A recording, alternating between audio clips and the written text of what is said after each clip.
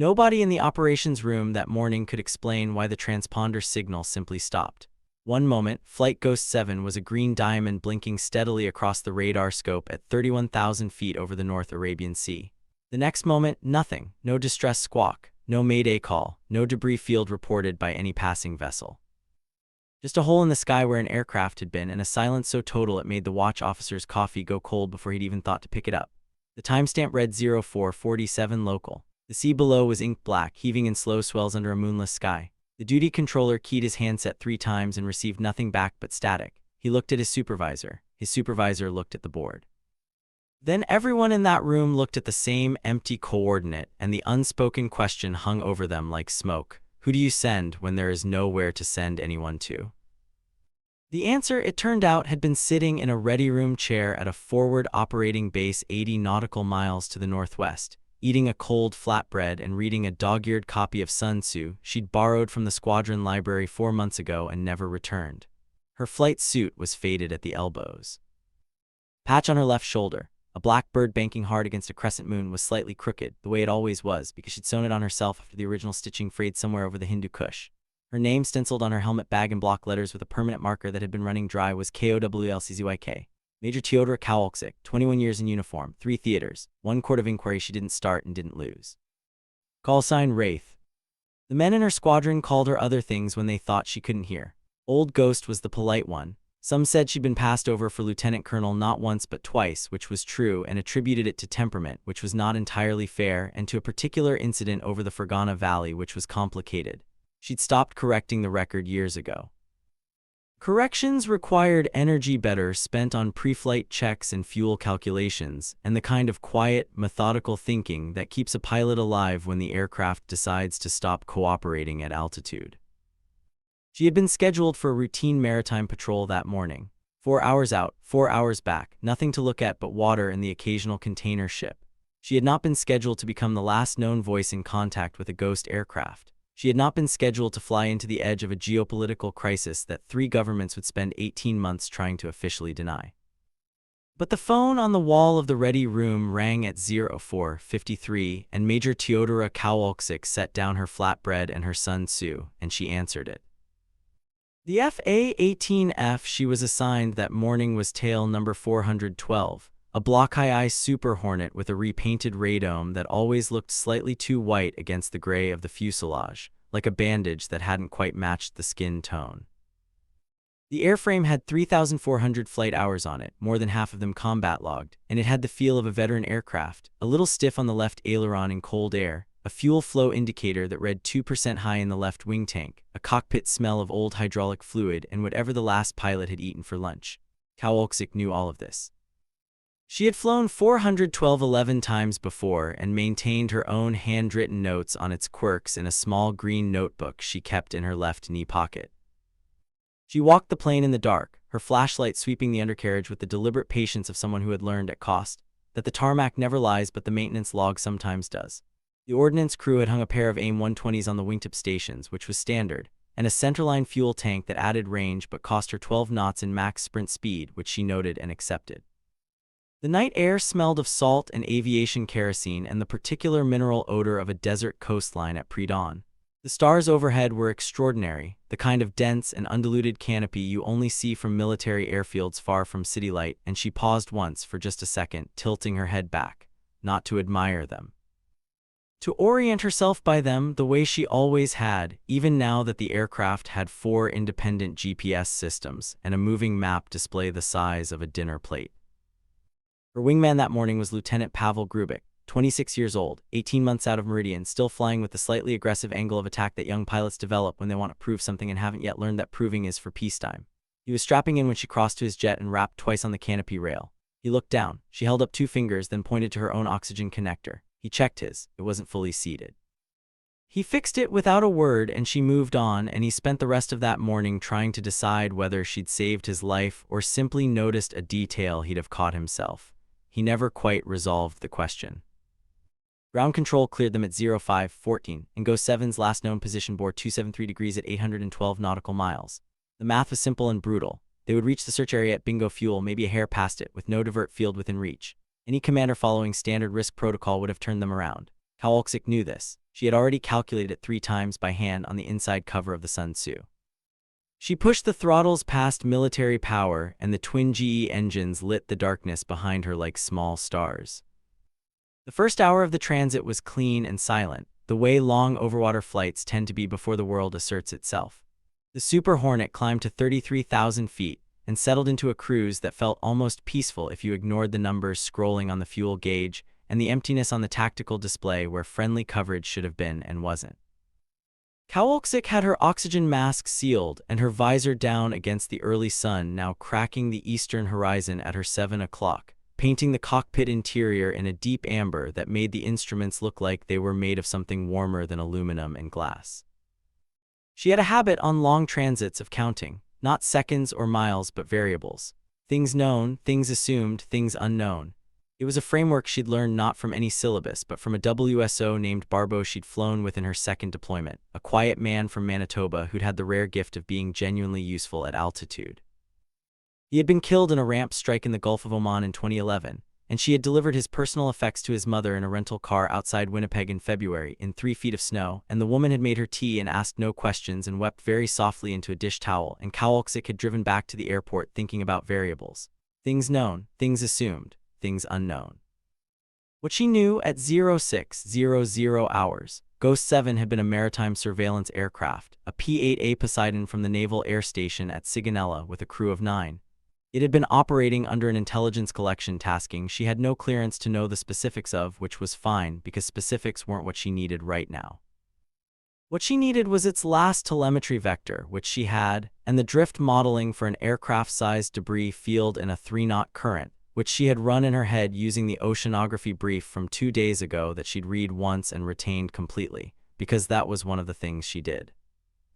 What she assumed, the aircraft had not self-destructed. The crew had not elected to vanish. Something had gone wrong, mechanically or externally, in a space of time so short that no one had reached the radio. What she did not know, whether anyone on that crew was still alive, whether anything that had reached out and silenced Ghost 7 was still in the vicinity, whether she was flying toward a rescue or a recovery or something else entirely, something that did not yet have a clean name in the operational lexicon.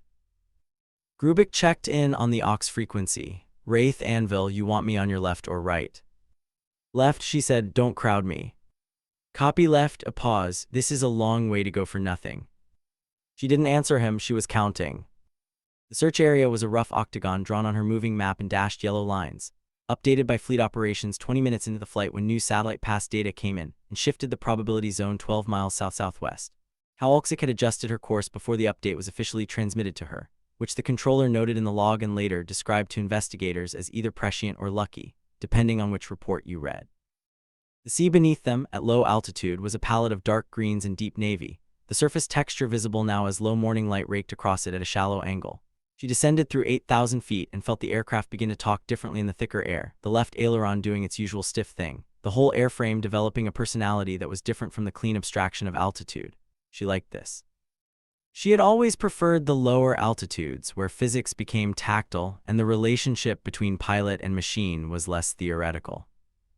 She found the first piece of Ghost 7 at 07:22. It was not what she expected. There was no debris field in the classic sense, no scattered wreckage radiating outward from a central impact point.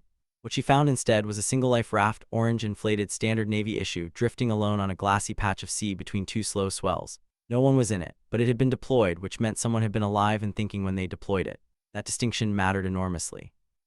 She circled it twice, photographing with the targeting pod on her centerline station, the sensor giving her crisp imagery she could barely afford time to look at because she was also watching the fuel gauge and the horizon and the tactical display and running probability trees in her head, with the focused quiet of someone who has done this long enough to do several things at once without appearing to do anything at all.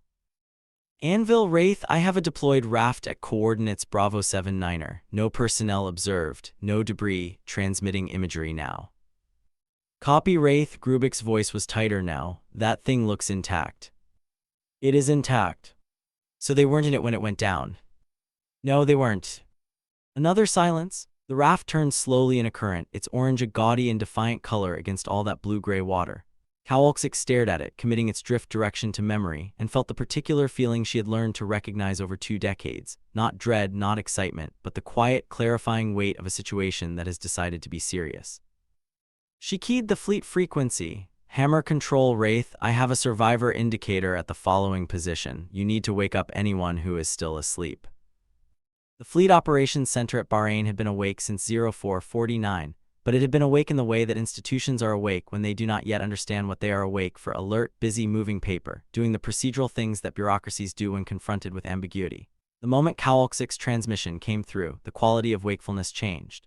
Officers stopped shuffling folders. The watch commander, a captain named Oluwatobi Asante, stood up from his chair and did not sit down again for 11 hours. Asante knew Kowalczyk, not well but enough. He had reviewed her jacket once during a force structure review, and what he had come away with was the same thing most people came away with when they actually looked at the record rather than the reputation.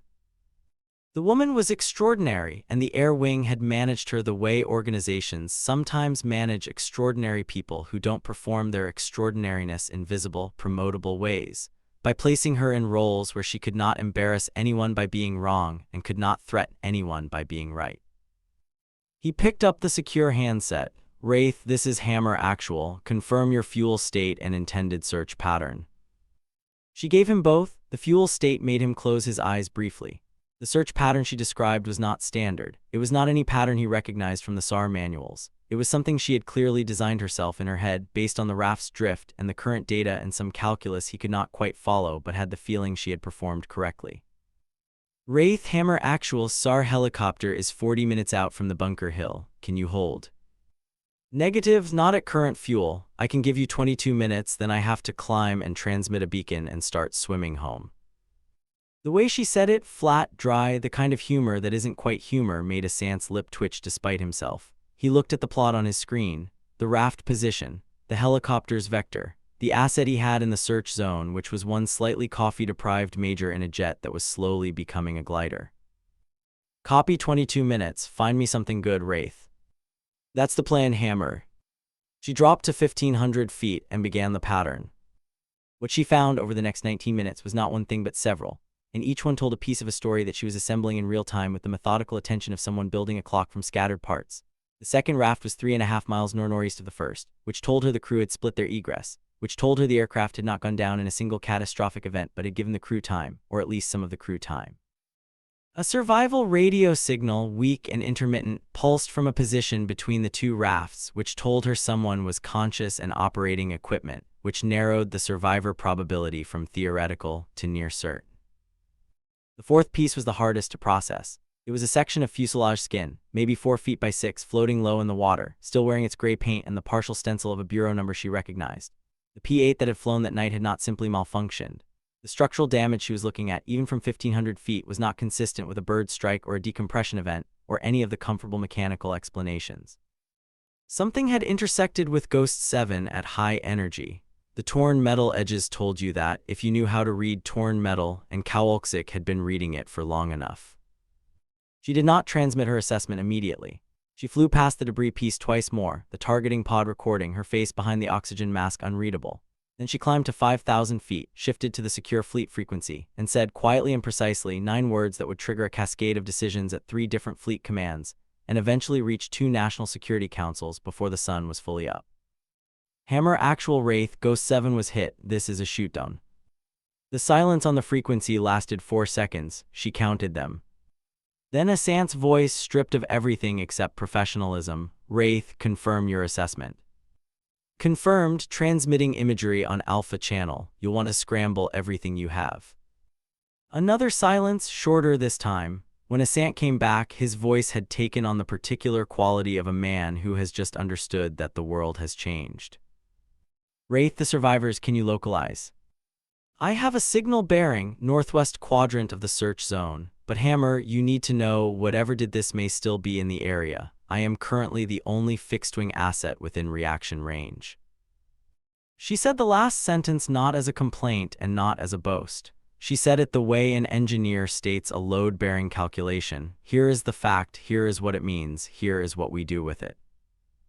Asante stared at his screen, then he said the thing that needed to be said.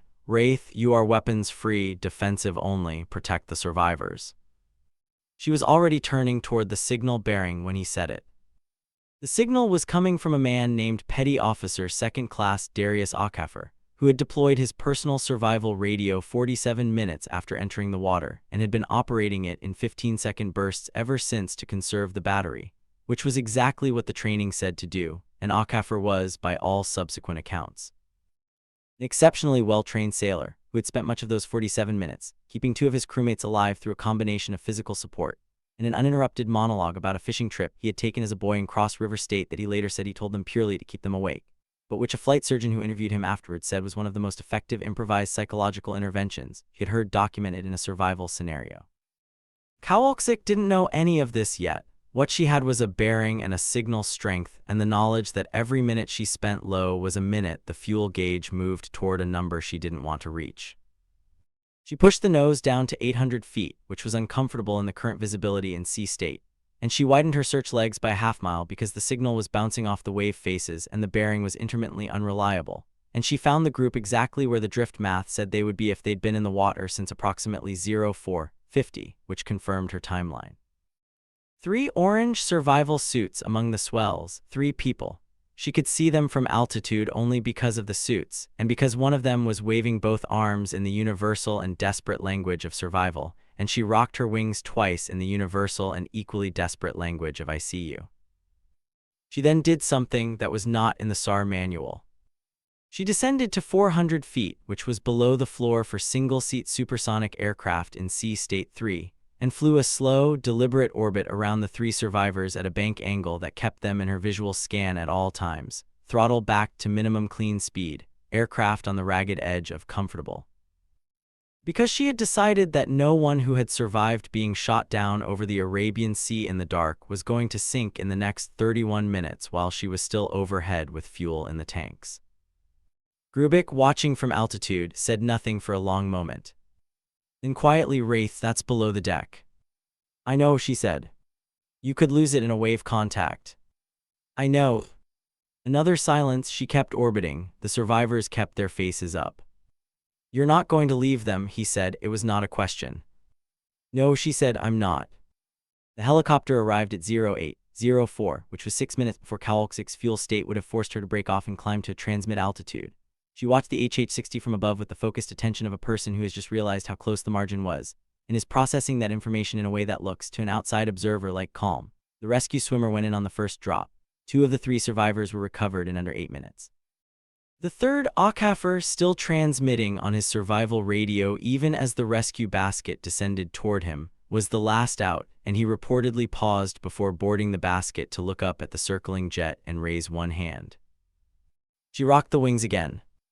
Then she climbed to altitude, reset the fuel management system to maximum conservation, and began the long transit home with a fuel state that made Grubik, in his position off her left wing, very quiet for the first 100 miles. Wraith, his voice was careful, how are your numbers? Better than they were. That's not an answer. I'll make it, she said, do the math yourself if you want. He did, then he was quiet for another 50 miles. When he spoke again, his tone had changed in a way that was small but unmistakable, a recalibration, the kind that happens when a young pilot realizes that a colleague they had categorized in a particular way is actually in a different category entirely. Wraith, that descent to 400 feet. What about it? You knew the exact number, didn't you? The minimum you could go and still maintain control margin in that sea state. She said nothing. You calculated it before you did it. I've been flying that jet for 11 years, she said. You learn what it can carry. Grubik turned this over in his head for the rest of the transit. He landed 4 minutes after her, shut down his engines, and sat in the cockpit for a while before climbing out. The deck crew, waiting to chain the jets, noticed he was working something through, the way young officers sometimes look when they've had an experience the training didn't quite prepare them for. She was already in debrief when he got inside. He could see her through the glass partition of the intel office, sitting at the table with a coffee she wasn't drinking, talking through the fuselage debris imagery with 2 analysts who kept nodding and looking at each other with the wide-eyed expression of people absorbing information that is going to change their afternoon significantly. He stood at the glass for a moment, then he went to change out of his flight suit. The debrief lasted 3 hours, which was long even by the standards of a complex flight. Kowalczyk walked the two intelligence analysts through every piece of imagery in sequence, narrating with the unhurried precision of someone who has already written the complete story in her head and is now reading it aloud for an audience. She had noted the angle of the debris edges. She had noted the paint-scorch pattern on the fuselage skin, which told her something about heat exposure and entry angle that the analysts needed her to explain twice before they got it. She had noted the drift differential between the two rafts, which gave a rough ejection timeline, which in turn suggested the crew had known impact was coming and had initiated egress procedures before the aircraft was structurally uncontrollable. That last detail was important. It meant the crew had experienced some kind of warning, a missile track, a system alert, something before the terminal event.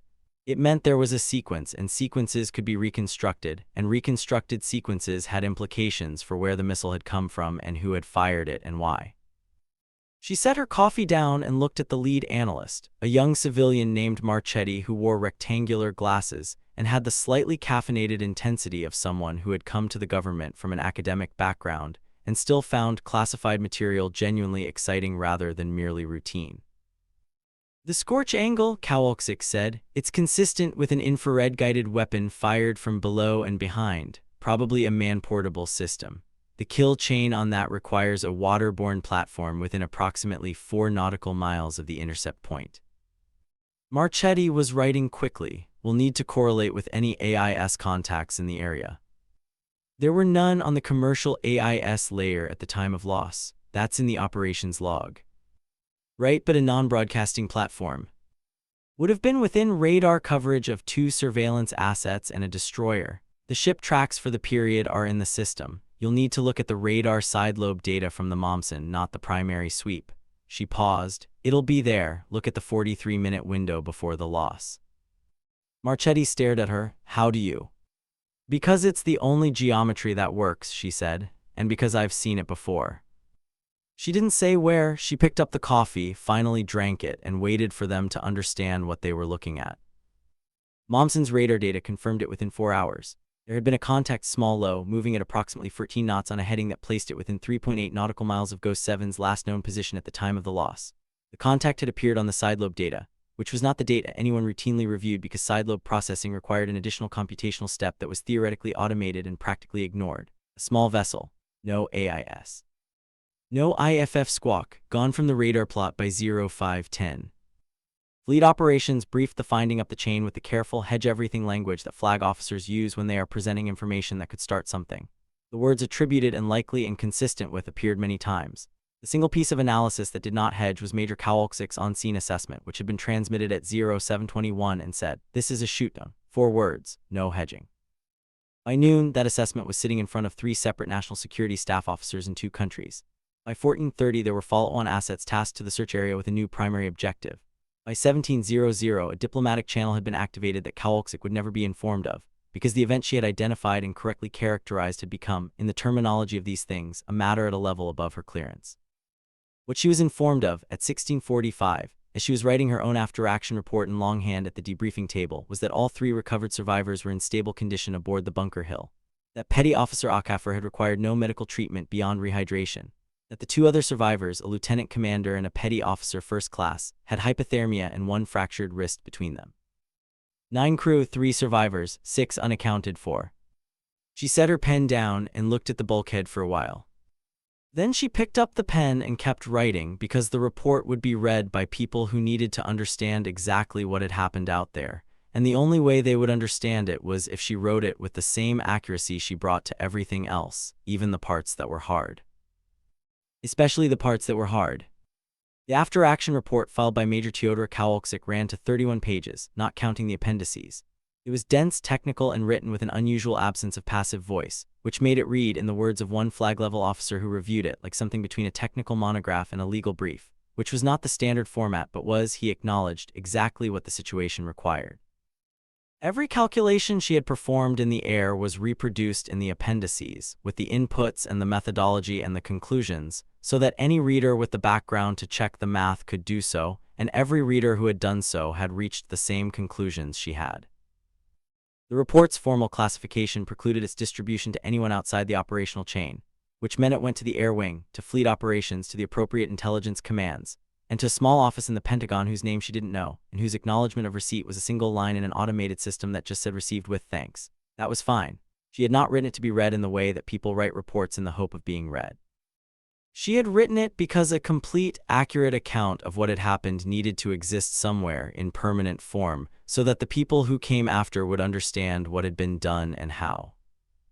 What she did not write in any appendix or any section was the thing she had felt in the cockpit at 0722 when she found the raft. She was not in the habit of writing those things. They lived where they lived in the particular texture of that 47-minute descent, in the memory of 3 orange suits among gray swells, in the rocked wings, and the hand raised from a rescue basket over the North Arabian Sea. She submitted the report at 19:30 and walked to the squadron's outdoor smoking area, which she had used as a standing area since she had stopped smoking 6 years ago. She stood there in the cooling air, looking up at a sky that was moving rapidly through indigo toward full dark, and she thought about Barbo the way she sometimes did at the end of a serious day. She wondered what he would have said about the sidelobe data. He had been excellent at radar theory. Probably he would have found it in 2 hours instead of 4. She went to the mess, ate alone, and slept without difficulty. The first call she did not expect came at 09:15 the following morning, patched through the squadron's secure voice circuit from Bahrain. It was Captain Asant. He said, "I've read your report." She said, "Okay." He said, "All of it." "I know," she said, "it's long. The fuel calculation in Appendix C." "What about it?" "You flew the last 22 minutes of that search on a fuel state that I don't think I have the authority to have approved." She was quiet for a moment. "You didn't approve it, I was already there." "I know." Another pause. "What I want to know is, and you don't have to answer this, was there any point during those 22 minutes where you thought you might not make it back?" She thought about it honestly, which she always did, even when honesty was inconvenient. "There was a 6-minute window," she said, "between when I found the 3rd survivor and when the helicopter arrived, where the math was not comfortable." Comfortable. It was within limits, technically. The margin was approximately 4% below what I would have briefed as a planning minimum. "But you stayed."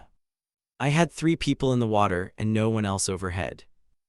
Asant was quiet for a long moment. She could hear faintly the background noise of the operations center, a hum of equipment, a distant radio voice. "Major," he said finally, "I put you in for something. I want you to know before you hear it through other channels." She said nothing. She had been in for things before. Things had a way of becoming complicated when they involved her name. "It's a DFC," he said, "Distinguished Flying Cross, for the search and for the shoot-down characterization, both." She sat with that for a moment. She was aware, in the way she was always aware of institutional ironies, that this was the same air wing that had passed her over for command twice in 6 years. She chose not to say that. Instead she said, "How are the survivors?" "The lieutenant commander was discharged from medical this morning. Akafar's flying home tonight." "Good," she said, and meant it completely. The Distinguished Flying Cross citation was read at a brief ceremony on the flight deck of the carrier 11 days later, in the particular bureaucratic sunshine of a clear Gulf morning, with a moderate breeze coming off the water that made the flags pop and caused the reading officer to grip the papers firmly. Kowalczyk stood in her service dress with her hands at her sides, the crooked patch on her left shoulder corrected for the occasion by someone who had taken it upon themselves to restitch it without telling her, a gesture she noticed and said nothing about. The Air Wing commander, a 2-star she had known peripherally for years and never had occasion to interact with directly, pinned the medal with the careful, practiced motion of someone who has done this enough times to do it quickly. He then shook her hand, held it for a moment longer than the protocol strictly required, and said something quietly that no one else on the flight deck heard. What he said was, "I've looked at the full record now, all of it. I should have looked at it sooner."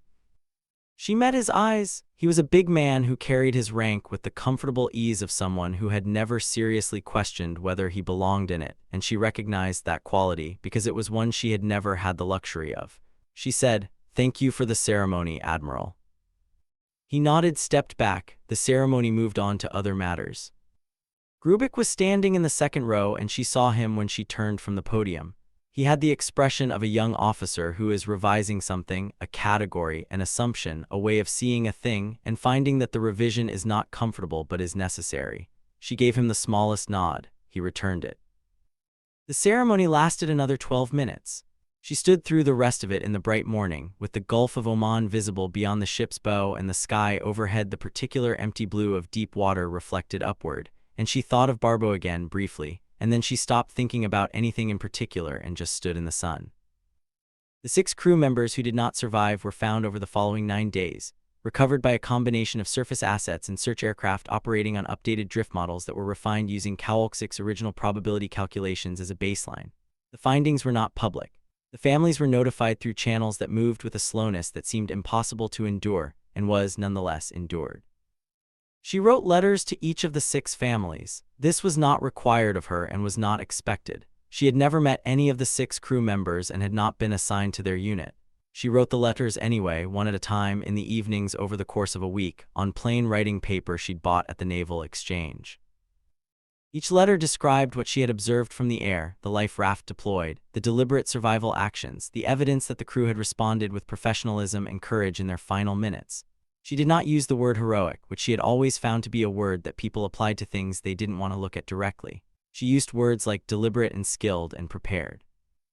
She did not know if the letters helped. She sent them because not sending them felt wrong, and because the record of what those 6 people had done, the training that had caused them to deploy the rafts, to split the egress, to help each other, deserved to exist somewhere outside of classified files. One of the families wrote back. A woman from Galveston, the mother of a petty officer 2nd class who had been 24 years old and had apparently been the one to deploy the 2nd raft, a detail Kowalczyk had included because the drift modeling confirmed it. The mother's letter was 3 paragraphs, handwritten on stationery with small flowers in the corners. The last paragraph said, knowing he kept doing his job until the end, knowing he had training and he used it, that is the thing I hold on to. Kowalczyk read that paragraph several times. She folded the letter and kept it in her flight suit pocket for the remainder of the deployment, inside the left knee pocket with the green notebook of aircraft notes. The entity responsible for the shootdown was identified through a combination of the radar analysis, signal intelligence, and the work of 3 allied intelligence services over the following 6 weeks. The details of that identification are, and will likely remain, classified at a level that precludes their public discussion. What can be said is that the small vessel on the Momsen's sidelobe data was eventually traced to a specific actor, and that the diplomatic and operational responses to that identification were significant, and that the incident became one of those events that reshapes certain threat assessments in ways that reverberate through planning documents for years. None of that reverberation was publicly attributed to Kowalczyk, because none of it could be. The chain of causation that ran from her forward transmission at 0721, this is a shootdown to the policy responses that followed, was real but invisible, buried under classification and institutional language, and the way that large organizations absorb individual contributions into collective outcomes. In the aviation community, though in the specific small world of naval aviation, where people talk to each other at wings and squadrons and in the ready rooms of deployments, the word moved differently. Not officially, but the way words move when something real has happened and the people who were present cannot quite stop thinking about it. Rubik told his next squadron. The analysts Marchetti consulted told colleagues in the intelligence community. Assant, in a characteristically understated way, made sure that certain flag officers who reviewed certain promotion files were aware of what the full record contained. She was selected for lieutenant colonel 8 months later on the first board after the incident. The selection board's comments were not shared with her, but they were shared with her wing commander, and they used language that, in the careful institutional vocabulary of promotion boards, amounted to a frank acknowledgement that something should have happened sooner. She received the notice while eating breakfast alone in the mess, read it twice, finished her eggs, and went to do her pre-flight inspection. She took command of her own squadron 14 months after the incident. It was a training command, which was not what she might have wanted, and which she accepted with the private recognition that 14 months ago she had not expected to command anything, and a training command was still a command, and commands were where the future was made. The squadron flew T-45 Goshawks, the 2-seat jet trainer the Navy used to produce its carrier pilots, and her primary job was to oversee the instruction of the next generation of people who would one day be faced with decisions in aircraft over open water with no one else in range. She redesigned the emergency fuel management curriculum in her first 60 days. Not dramatically, she didn't announce it as a redesign, just quietly updated the training scenarios to include cases where the calculation was tighter than the planning minimum and the stakes required you to commit anyway. She also added a module on debris interpretation that did not exist in the standard syllabus and that she wrote herself at the table in her office, using the same methodology she had used in the debrief with Marchetti. She sourced the imagery examples from the classified archive and got the required clearance approvals through channels, which took 2 months and involved a great deal of paperwork that she completed without complaint. The instructors under her command were mostly lieutenants and lieutenant commanders, the majority of them male, the majority of them aware of who she was and uncertain how to hold that awareness. She dealt with this the way she dealt with most things, by being exactly what she was, consistently and without performance, and waiting for the uncertainty to resolve itself into something more useful. It took on average about 6 weeks per person. The first time one of her instructors came to her office with a fuel management question that went beyond the syllabus, genuinely beyond it, a real scenario from a real flight where the math had been uncomfortable, she answered it completely and then asked him to write up his own analysis and bring it back so they could compare the approaches. He came back the next day. Their analyses agreed on the conclusion and differed on the method, and the conversation that followed was 40 minutes long and was one of the better conversations she had in the command tour. He told her at the end of it, "I didn't know you thought about it this way." She looked at him for a moment. "How did you think I thought about it?" He didn't have an answer. She nodded, which was as close as she came to making the point explicitly, and moved on. The students were harder. Not because they were difficult, most of them were genuinely trying, in the intense and slightly desperate way of people who have gotten within reach of something they've wanted for a long time and are afraid to lose it now. They were harder because they were at the stage of their development where they were still constructing their identities as pilots, and the person standing in front of them was not the identity they had imagined constructing, and that created a kind of cognitive friction that she had to account for in how she taught. She did not lecture on herself. She never used her own experience as a primary text in the classroom, which was a restraint that some instructors found puzzling and which she maintained for a reason. The students needed to develop their own models, and if she handed them hers, they would borrow it rather than build, and borrowing was not the same thing. What she did instead was use the kinds of problems she had solved, not as biography but as category, and let the students work through them, and watch what they did, and intervene with precision when they reached for the wrong answer. There was a student in the second class of her command tour whose name was Ensign Matthias Brando, who was excellent in the air and resistant on the ground, the specific resistance of someone who was used to being the best in the room, and was encountering for the first time an evaluator who was not impressed by excellent in the usual way. He flew precise formations and hit every checkpoint, and made the carrier approaches with a confidence that the other students watched with something close to envy. He also, in the debriefs, had a habit of justifying his decisions after the fact in ways that smoothed over the moments when he had actually been guessing. Howalczyk noticed this in the second debrief and said nothing about it in the third or the fourth. She waited. On the fifth debrief, she asked him to reconstruct his fuel management decision at the 40-minute mark of the training flight. He did so smoothly. She asked him what his bingo state had been at that exact moment. He gave a number. She put his own IFDS download on the screen, the actual number from the actual aircraft, and it was 18% higher than what he'd said. The room was very quiet. He looked at the screen for a moment. "The point," she said to the whole room, "is not the error. The point is what happens in the air when you believe your own reconstruction. You build your next decision on a number that isn't real, and at 800 miles from any runway, a number that isn't real is the thing that kills you." Nobody in the room said anything. Brando looked at his hands and then at the screen and then at her. "How do you keep the numbers accurate," he said, "when everything else is moving?" "You practice keeping them accurate when nothing is moving," she said, "so it's a habit." She kept the green notebook. It moved with her from the Super Hornet to the desk in her office at the training command, and eventually to the office she occupied as a deputy wing commander, where it sat in the top right drawer next to a mechanical pencil and the handwritten letter from the mother in Galveston. The notebook was nearly full by then, 9 years of aircraft notes, the idiosyncratic behaviors of specific tail numbers, the small technical deviations that no one else thought to record because they were minor, and because no one else was paying that kind of attention. She never flew tail 412 again after the Arabian Sea flight. It was transferred to another wing 6 months after the incident, and she heard, third-hand, that it had been retired from service 2 years later with a total airframe life of 4,100 hours. She thought about that for a moment when she heard it and then didn't think about it again for a long time. What she thought about, more regularly than any specific aircraft, was the problem of communication. Not the radio kind, she had no anxieties there, but the institutional kind, the way that information about what people could actually do was consistently degraded as it moved up the chain of command, until the person making the decisions was working from a facsimile rather than the original. She had been a victim of this process and had spent 23 years watching others be victims of it, and the only antidote she'd found was the same antidote she brought to everything. Be accurate, be consistent, be visible in the ways that matter and invisible in the ways that don't, and eventually the record would speak for itself. The record had eventually spoken for itself. She was aware that this was not a universal outcome. She had known pilots whose records never got read and whose careers ended at the wrong altitude.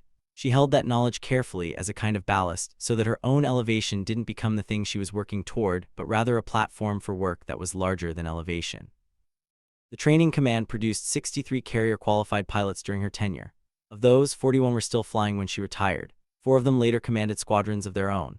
One of them was Branda, who had become, against everyone's initial expectations including his own, a genuinely excellent officer and a patient, exacting instructor in his own right.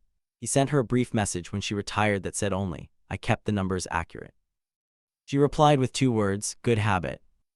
The retirement ceremony was in Pensacola on a Friday in October, which meant the sky had the particular quality it gets in the Florida Panhandle in fall, high and clear and intensely blue, with a brightness that made everything look slightly more itself than usual. She wore her service dress with every ribbon and device she had accumulated over 24 years, which was a considerable number, and the medals on her chest included the Distinguished Flying Cross in the 2nd position from the top, as protocol required. The ceremony followed the standard format which she had watched performed for other officers many times and had never quite known how to feel about. There was the reading of the orders, the playing of the national anthem, the retirement of the colors. The remarks by the presiding officer, which were formal and accurate and which described her career in the way that official remarks describe careers, chronologically, with the major assignments and the decorations and a carefully chosen anecdote, in this case the Arabian Sea recovery, which was not classified at the summary level and had been approved for mention. What the remarks did not mention, because they couldn't, was the letter from Galveston, or the green notebook, or the fuel calculation in Appendix C, the 6-minute window where the math was not comfortable but she had stayed anyway because there was no one else overhead, or Barbo, who had taught her to count variables in a cockpit over the North Indian Ocean when she was 27 years old, and who had never made it to his own retirement ceremony. After the formal portion, they let her speak. She had written a few notes on a card which she looked at once and then set down. She said that the work of aviation was fundamentally about the relationship between precision and uncertainty, that every flight was an argument you were making continuously, that the known was sufficient to manage the unknown, that the argument was never definitively won, which was why you never stopped making it. That the people she had flown with had taught her this not by explaining it but by demonstrating it, by showing up at the aircraft with the same level of attention on the 200th flight as on the first. She thanked a Sant who was not in the room but to whom she owed a specific debt she wanted on the record. She thanked the 3 survivors of Ghost 7, 2 of whom were in the audience, because they had kept doing their jobs even when the aircraft was no longer around them, which was the purest expression of training she had ever witnessed. She did not thank the air wing for the promotions that had finally come. She had been in this room long enough to know that institutional grace, when it arrives late, is still grace, and you receive it without resentment, but you also don't mistake it for something that was owed. She finished speaking, the audience applauded. The sky outside the windows of the ceremony hall remained exactly as blue as it had been. There is a practice in naval aviation of keeping what are called cruise books, a photographic and written record of a deployment, produced by the unit and distributed to its members. They are informal documents, more scrapbook than history, and they tend to capture the social fabric of a deployment more than its operational content. Kowalczyk appeared in the cruise books of 7 deployments. In the early ones, she appeared at the margins, a figure in the background of a flight deck photograph, a name in a crew manifest. In the later ones, she appeared where she actually was, which was central, though she was not the kind of person who sought the center of photographs. After her retirement, a collection of her training materials was compiled by the Naval Aviation School's command and incorporated into the curriculum for advanced instrument and overwater instruction. The compilation was not attributed to her by name in the training materials, because that was not how the curriculum system worked, but the instructors who used it knew where it had come from, and they told their students informally in the ready room conversations that carry information that formal documents don't. One of those conversations, 3 years after her retirement, was overheard by a student who later became an instructor, who later became the subject of a podcast about naval aviation history that aired to a small but attentive audience. The story was not detailed. The student had caught only the outline of it: a flight over the Arabian Sea, a fuel state that was tight, a decision to stay over 3 survivors, but the outline was accurate, and the podcast's audience, which included people who had been there, confirmed the details in the comment section with the careful specificity of people who know a story and want to make sure it's told correctly.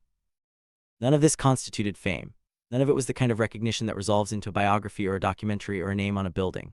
It was the smaller and in some ways more durable kind of recognition, the kind that lives in practice in the way a calculation is taught, in the moment when an instructor tells a student about a pilot who stayed at 400 feet in sea state 3, because there was no one else overhead and the math, while not comfortable, was within limits.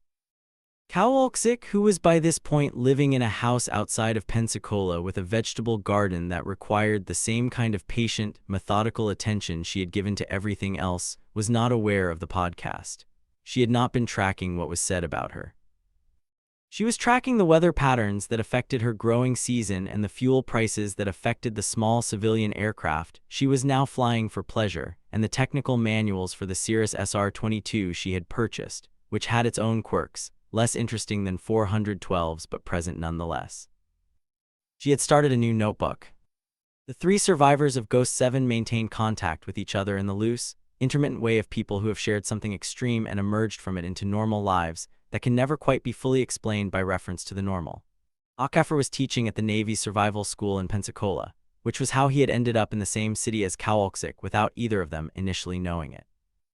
They met at a commissary 9 years after the Arabian Sea in the parking lot, where he recognized the faded patch on her jacket, the black bird against the crescent moon, still slightly crooked before he recognized her face. He said, "Wraith." She turned and looked at him. A long moment passed. She said, "Petty Officer Achafer." He was a chief petty officer by then, the crow on his sleeve dark with years of service, his face older and more settled than it had been in the survival imagery she had studied in the debrief.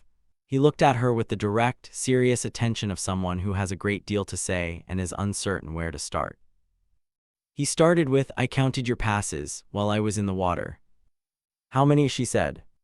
14 over 47 minutes, and then you rocked the wings. "I saw you waving." "I was waving to stay warm," he said, "but also for the other reason." She nodded, he nodded. A car pulled out of the lot between them and they waited for it.